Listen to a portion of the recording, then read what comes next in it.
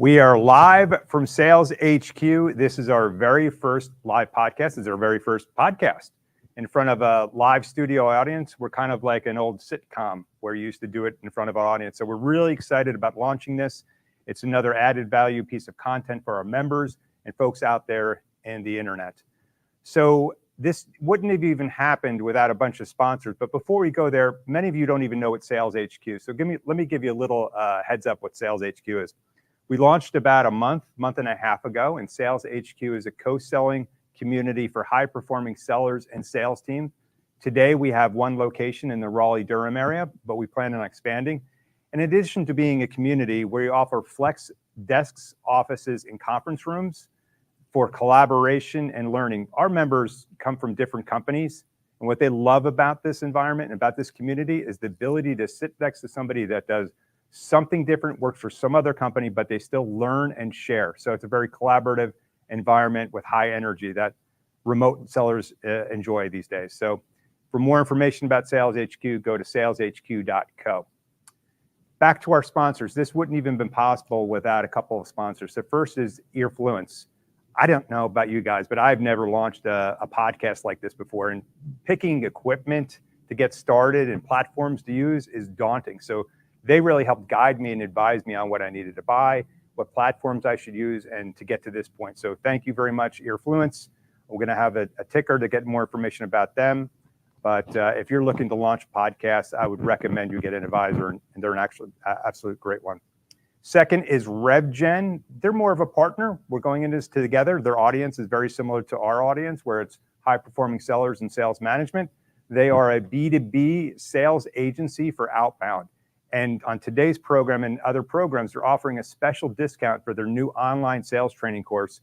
And if you act on the promo code we'll give you on the ticker, it's only $200 for the entire year. And if any of you have taken sales training before, that's a heck of a bargain. So RevGen, thank you very much. And without further ado, I have to tell, she is a pioneer. I mean, when I called Cynthia and said, hey, are you willing to be on this podcast? We're going to do it live. And we've actually never done it before, but you'd be our first guest. She said, sure, that's who I am. So Cynthia, please join us here. It's great having you. Great being here. Yeah. How you doing? I don't know. This is the first time I've ever done a live podcast like this. So you're doing great. It's kind of nerve-wracking, I'll be honest with you. You're doing great. So you've got an impressive background. You don't do one thing, though. You do lots of things. You're a TEDx speaker. Saw you about a month or so ago. You did your first TEDx. Yes. I was reading your comments about that. And as nervous as I was, I can imagine your experience was 10 times worse. Yes. You're a Salesforce 4X Salesforce top sales influencer. Yes. A LinkedIn influencer. And the thing I really want to dig into at some point during the podcast today is your involvement with sales, specifically helping women in leadership, right? You're part of a very powerful organization. So I want to dig into that. But I want my audience to know a little bit more about just the headlines. Tell us a little bit more about yourself, your experience, and what Cynthia is up to these days. Let's see. I started selling way back in the day when we had fax machines. So I've been selling a long time. What's a fax machine? Right. No, we're not even going to go there. We can Google it. Like most people, I got hoodwinked into sales. No one ever grows up and says, I want to be a sales professional. That's true. And I was one of those people. But they said, if you come work for us, we'll give you a free degree. I was at a higher education institution. And they said, if you come work for us, we'll give you a free degree. And I said, well, okay. What's the catch, right? Right. Little did I know that enrollment counselor job was actually a sales job. And I didn't realize it until I went into my first performance review. And they said, because you've enrolled so many students, we are going to triple your income. And it dawned on me. I said, so if I enroll more students, I get paid more? And they said, exactly. I said, it's a win-win. That's all you had to say. Yeah. That's all you had to say. So from there, I went into pharmaceutical sales, the legal kind. I've sold everything from freight brokerage to hair pieces with Hair Club for Men. And I love sales. Yeah. Sales Were you at Mary Kay? Yes. Did you win the Cadillac? You know what? You have the option to take the Cadillac or the money. Money, honey. Yeah, I don't blame you. Yeah, money, honey. Unless you want a lot of attention with a pink Cadillac driving around, right? Yeah, I can invest the money. I can't invest the Cadillac. That's great. What did you learn? I'm curious. That seems like if you can do that job, selling, let's be honest, cosmetics is a commodity. It is. So what did you take away from that experience? First thing I learned is that there are two things that are recession proof. Yeah. Cigarettes. No matter what the economy is doing, people will sacrifice everything for cigarettes. And lipstick. You may not be able to afford the $52 tube of lipstick, but you will buy some form of lipstick. So what that taught me is that if the need is big enough or the dream is big enough, the facts don't count. So as sales professionals, our job is to make sure that we have a compelling offer, not a convincing one, but a compelling offer so that our buyers have no choice but to say, I want that. Lipstick and what was the other one? Cigarettes. Cigarettes. I would say also plumbing. You're never going to, if you have a broken toilet, you're going to get that fixed regardless, right? So yes. But it's hard to do being a plumber. So curious, where did you grow up? Greentown, Indiana. Greentown, Indiana. Where's that near? Is that near Nowhere. something? It's actually 10 miles east of Kokomo, Indiana, which is 52 miles northeast of Indianapolis. 50 miles northeast? Okay. You are literally in the middle of nowhere, right? Nowhere. That's interesting. We have two members from Indianapolis, though. So they would have, unfortunately, they're not here. If they would, maybe we would have cheered for you. Well, cool. What brought you to this general area, the Raleigh-Durham area? Raleigh is my 20th city. Oh, wow. Yes. And as a sales professional, I was open for the adventure. Right. My daddy is a retired Air Force sergeant, and I guess I got it from him. So anytime a company would... I mean, you moved yourself 20 times, not with your dad and your family? Right. As an adult, yeah. After college, I said, you know what? There's nothing holding me back. So when a company called and said, we are offering this and this, if it was better than what I was doing, I was gone. Wow. I never signed a lease renewal. So year to year, you're gone. What was your favorite city?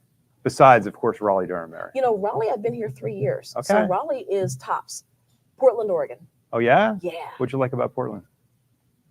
The fact that their motto is keep Portland weird, that's number one. And everyone subscribes to that. But the weather. You like the weather. When you get off the plane, you feel it's incredible. Yeah? Yeah, there's mountains and there's the coast and... Oh, that's cool. Good wine, too. Not really much of a wine drinker, but yeah. I saw one of your pictures. You had a glass of wine in there, though. Props. Hey, I'm not judging either, by the way. Just There's props. nothing wrong with a good glass of wine, right? True.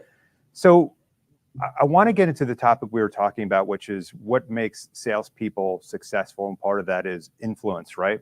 But I'd love, here at Sales HQ, we want to have a diverse member base. We are, right now, don't have a lot of female involvement, and we do want that. So talk to me about your involvement with the organization for females and in general about females getting into sales. Because I just don't see the expansion like I thought we would see. And that comes from someone as I've managed a sales team that half my team were females. Okay. And so today, I don't see more females in sales than I think I did 20 years ago, quite frankly. So what's your thoughts about that and how can we help?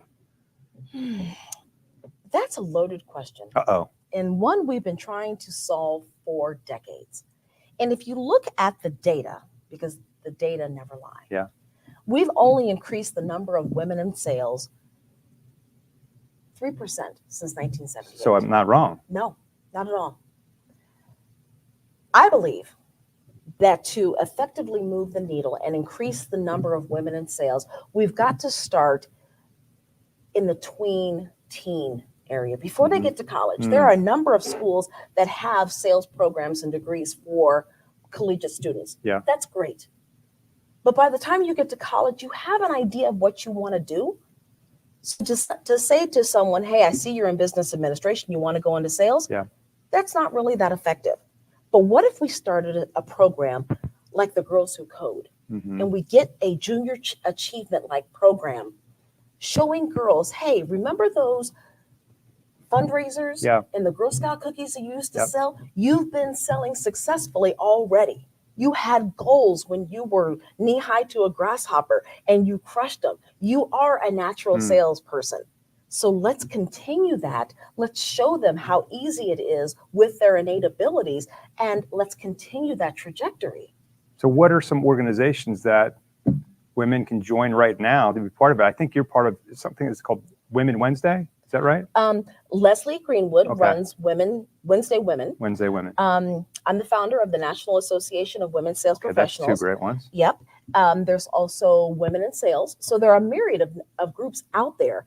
We're starting a group that actually partners with corporations that goes into the schools and captures those young, curious minds and says, hey, let's take a look at sales from a young mind perspective so that we can get them thinking about sales, thinking about a career in sales, and kind of dismantle some of those stereotypes that aren't so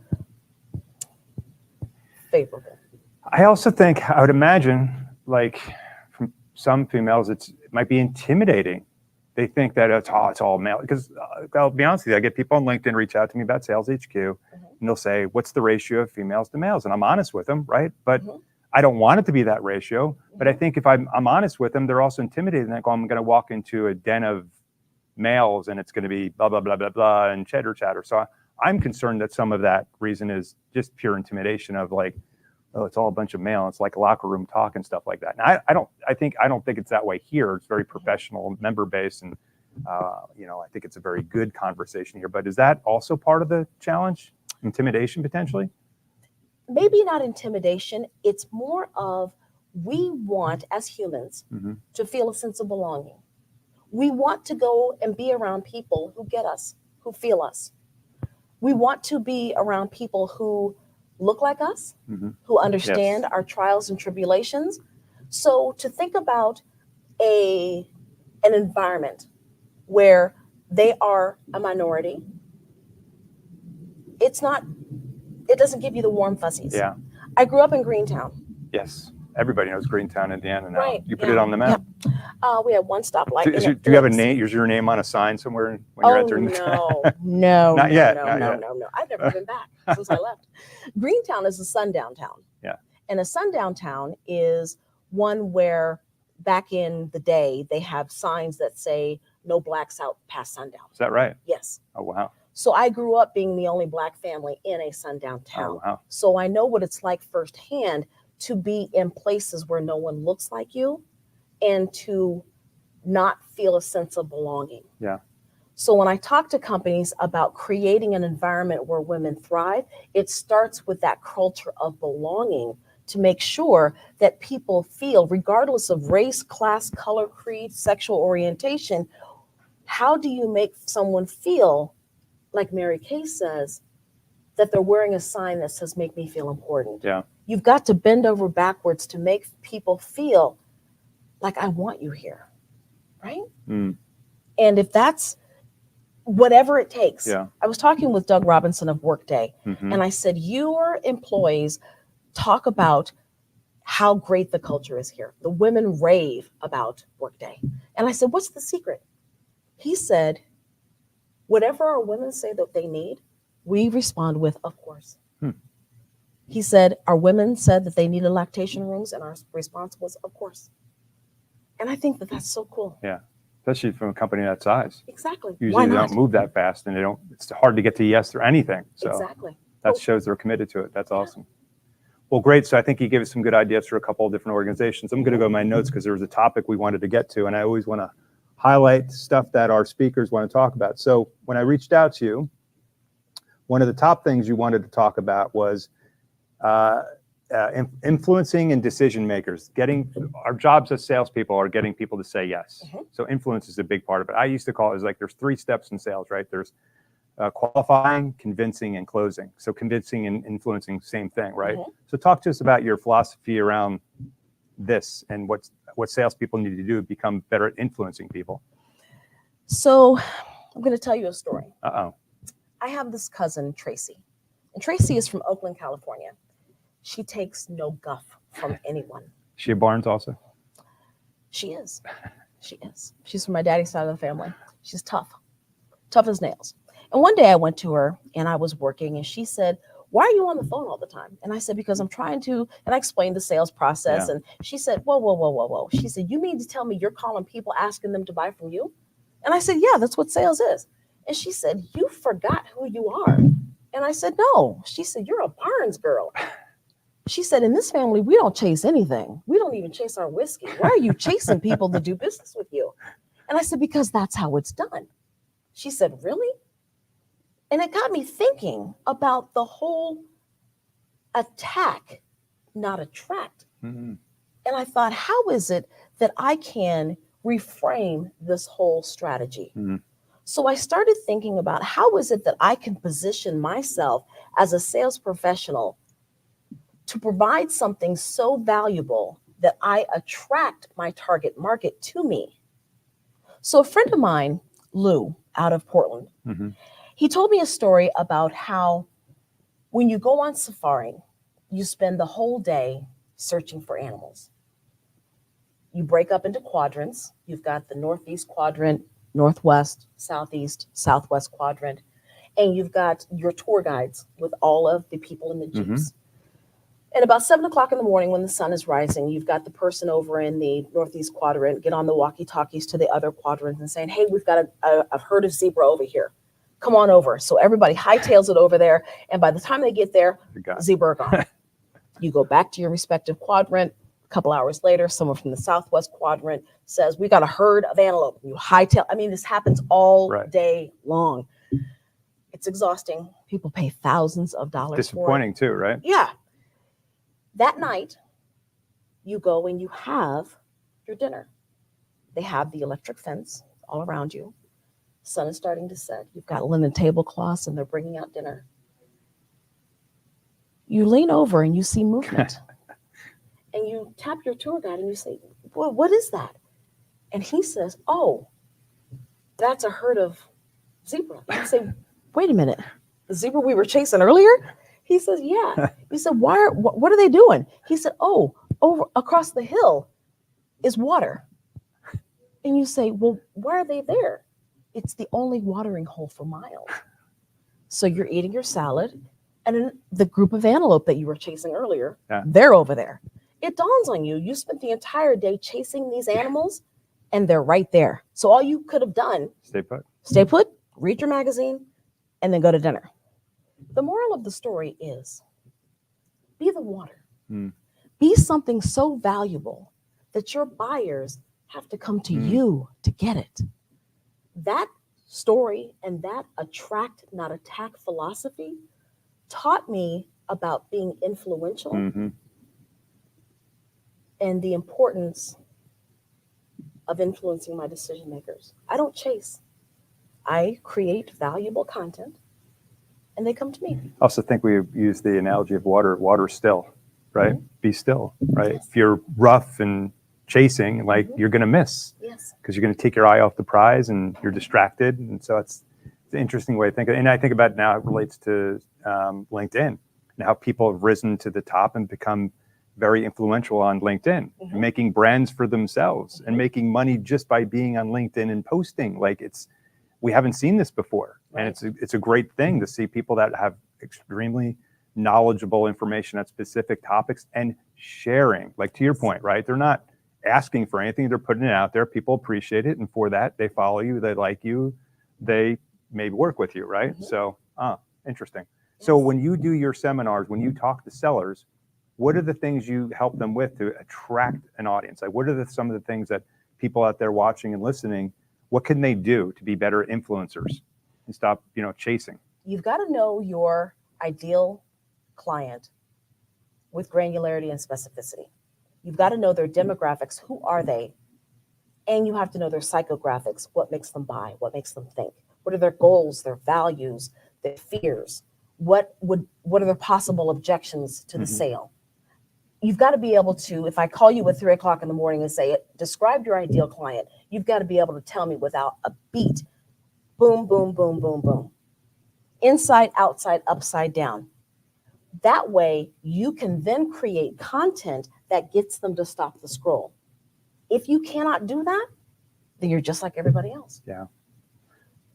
So what research stuff do you recommend for people? I mean, I don't want to get into this because I don't know if everyone comes up with the question when you start talking about what we're starting to talk about is, well, how does AI help us with that, right? Do you have any ideas of how AI can help with doing the research, being knowledgeable, all that fun stuff? Nope. And Chatty Good. Charlie and I are like this. Yeah. I subscribe to Chatty Charlie. He's great for ideas, but the magic is you. Yeah. Have conversations with whom you think is your target market.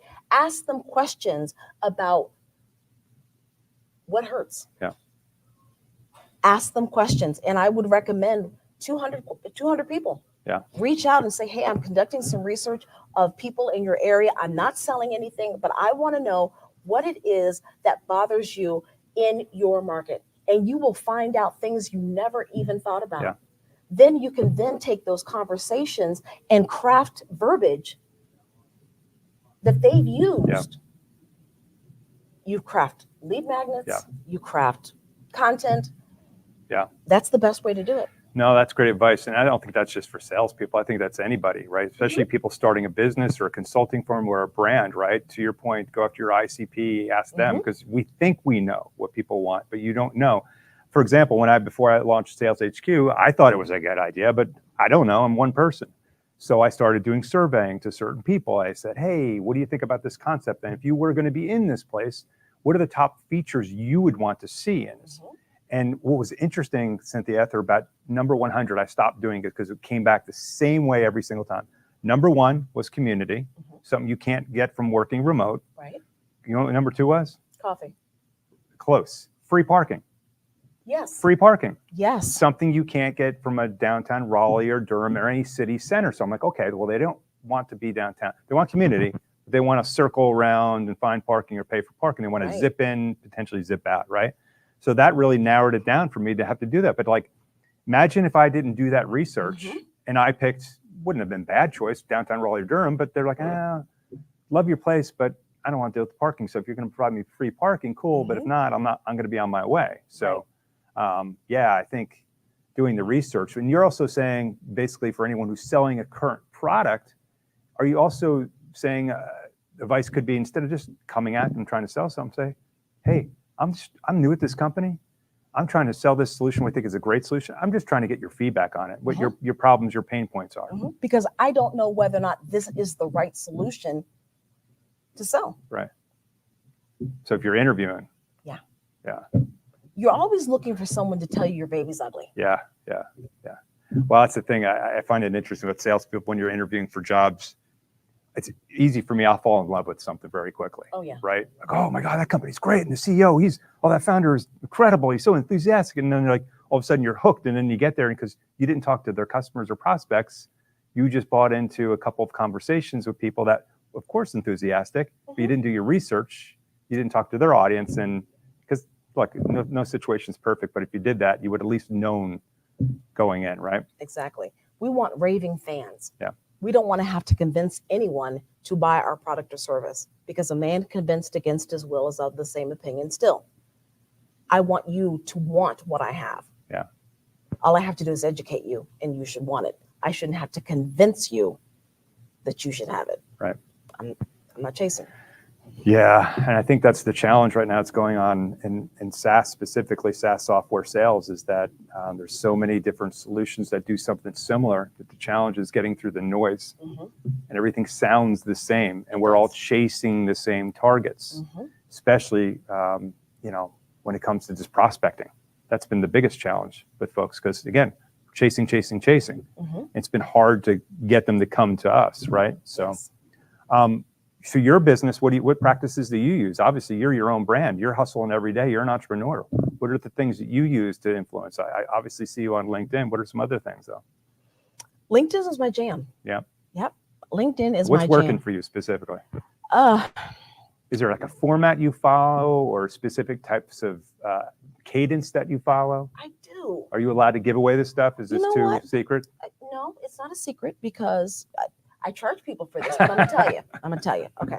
This is free for all you right now. Free, right. So I post every day at 12 o'clock. Okay. At 11 o'clock. Schedule or you actually really post at 11? I really post at 12 o'clock because at 11 o'clock, an hour before, I'm on LinkedIn and I have my ideal target market, and I am commenting on their latest post. Okay. So now I'm warming up the algorithm. I can't control what the algorithm is going to do from day to day, but I can control my activity. So I go to my ideal target market, whether I'm connected or not, and I'm commenting on their stuff. That does two things: warms up the algorithm and also gets them to say, who is the Cynthia Barnes? Because remember, we are ego driven. If I post something on LinkedIn, I'm going back every so often to see how many likes I got, right? Yes. That's what I do. Yep. Facebook, Instagram, I'm trying to get likes. So when I leave a thoughtful comment, 50 of those a day, I'm going to get 50 thoughtful comments a day? Oh, yes. Oh, yes. My target market is going to go back to my profile to check me out. Yep. When they do that, I have a message that says, hey, I saw you checked out my profile. Based upon yours, I think we have some possible synergies to discuss. If you're open to connecting, here's the request. Yeah. 98% connection. That's an automation? No. Oh, really? Mm-hmm. So you're looking at everybody looked at your profile and you're one by one, again, going back to those folks. Because not everybody who looks at my profile is my ideal profile. Yeah, and I don't want to connect with everybody. Okay. So that's one thing. Yep. Warmed up the algorithm, then at 12 o'clock I'm posting. And depending upon what I post, I'm going to take all of the reactions, all of the comments, and all of the shares. Mm-hmm. And now I'm going to send those people a message offering them a lead magnet or offering them a virtual latte. Lead magnet? What is a lead magnet? A guide. Okay. An ebook. Okay. Something related to valuable content. Yeah. Valuable content. Yep. Because I'm always getting that you've created. Yes. And I know they're interested because they have reacted to or interacted with the post that I right. Yep. So, and what you're explaining in this best practices, any salespeople should be doing this too, right? Oh yeah. It's not entrepreneurs that should be just doing this, right? Or influencers. Right. Yeah. And so I know that my ideal client is interested in what I'm posting because they've interacted. And I just go to them and say, hey, thanks so much for interacting with my post. And I will hyperlink that post there to remind them. Thought you might be interested in this. I'd like to give it to you as a gift. So besides referrals, because I assume your business is referral based too, what percentage of your business, new business, is coming from LinkedIn?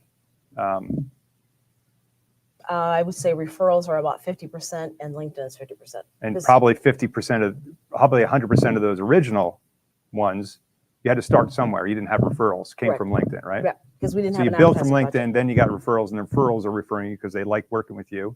And now you're, oh, that's cool. Yeah, because we didn't have an advertising budget. Yeah. I'm going to take a chance to see if anyone in the audience might have a question. If not, we're going to. Does anyone out there have a question in the audience? I can't see past the crowd. Can you see past the crowd? I see someone way up in tier 300. Oh, sir, come up. Here's a mic right here. State your name and your question. Brave soul.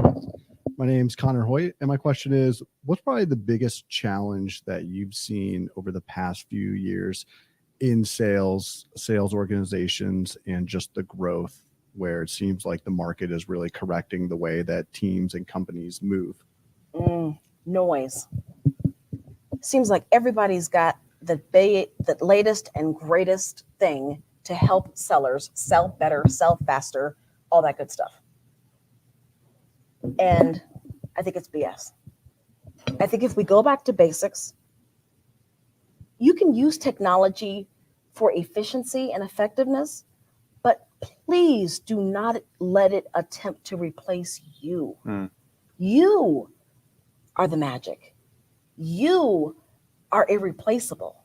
So get to know your buyer on a granular level. I have clients who call me because we have a relationship. They don't even ask the price. They just say, Cynthia, I need this done. And because we have such a good relationship and they trust me, they know I'll get it done. It's not about price. We don't haggle about that stuff. It's a level of trust. So I have a guide, and if you ask me for, I'll send it to you. It's 72 things that you should know about your buyer before your competition does. Things that will help you facilitate a good conversation. Things that, like, you know that about me? You know my kids' birthdays? Back in the day, we Personal used profile, to, yeah. right, personal profiles. Yep. And we have gotten away from that. Yep. But imagine if you knew your buyers with that level of granularity. It takes time, Yeah. but it's worth it. I'd add to that, like, what you got me thinking is that if you had success in a specific industry, selling to a specific industry or a specific persona, and you're looking for a next job, I think the smartest thing you could do is stick to what you really know, because you're already an expert. You don't have to build up a new audience. You don't have to build up a knowledge base. You already have that, because that's the challenge right now, Yes. is getting to enough time where you have that level of expertise where this becomes just a natural cadence. And that plus the network that you've built, right? Yes. So it's better to be more focused, Yes. whether it be verticalization or product expertise, than broad. Yes. I love that. My coach, Lou, the story Yep. about the safari. He Oh, Lou is real? Yeah, Lou. He says it takes a lot more fuel to get the plane in the air than it does to keep it in the air. Yes. So when you become a Yeah. subject matter expert in whatever it is, stay there. Yep. Yep. And fly. Yeah. And I think that's the problem, right? People keep moving around, and then yeah. Well, I think, Cynthia, we're at time. Already? Yeah. Well, we want to keep this audience engaged. Salespeople don't have the longest, attention span. So they do when you produce quality content. well, hopefully we produce some quality We content. did. Well, I want to thank you very much for being our first guest. It's incredible. You were my awesome. pleasure. I'm sure everyone's going to enjoy this, and we'll put more information about Cynthia and how you can get in touch with you on the post when we go there. Yes. I also want to thank Earfluence. I also want to thank Yes. our friends at RevGen. If you're looking to really scale up and produce good results and leads, RevGen, and again, look for in the speaker notes, we're going to have a code for you for their online courses as well. So thank you very much. Thank you all very much. Until next time, everybody.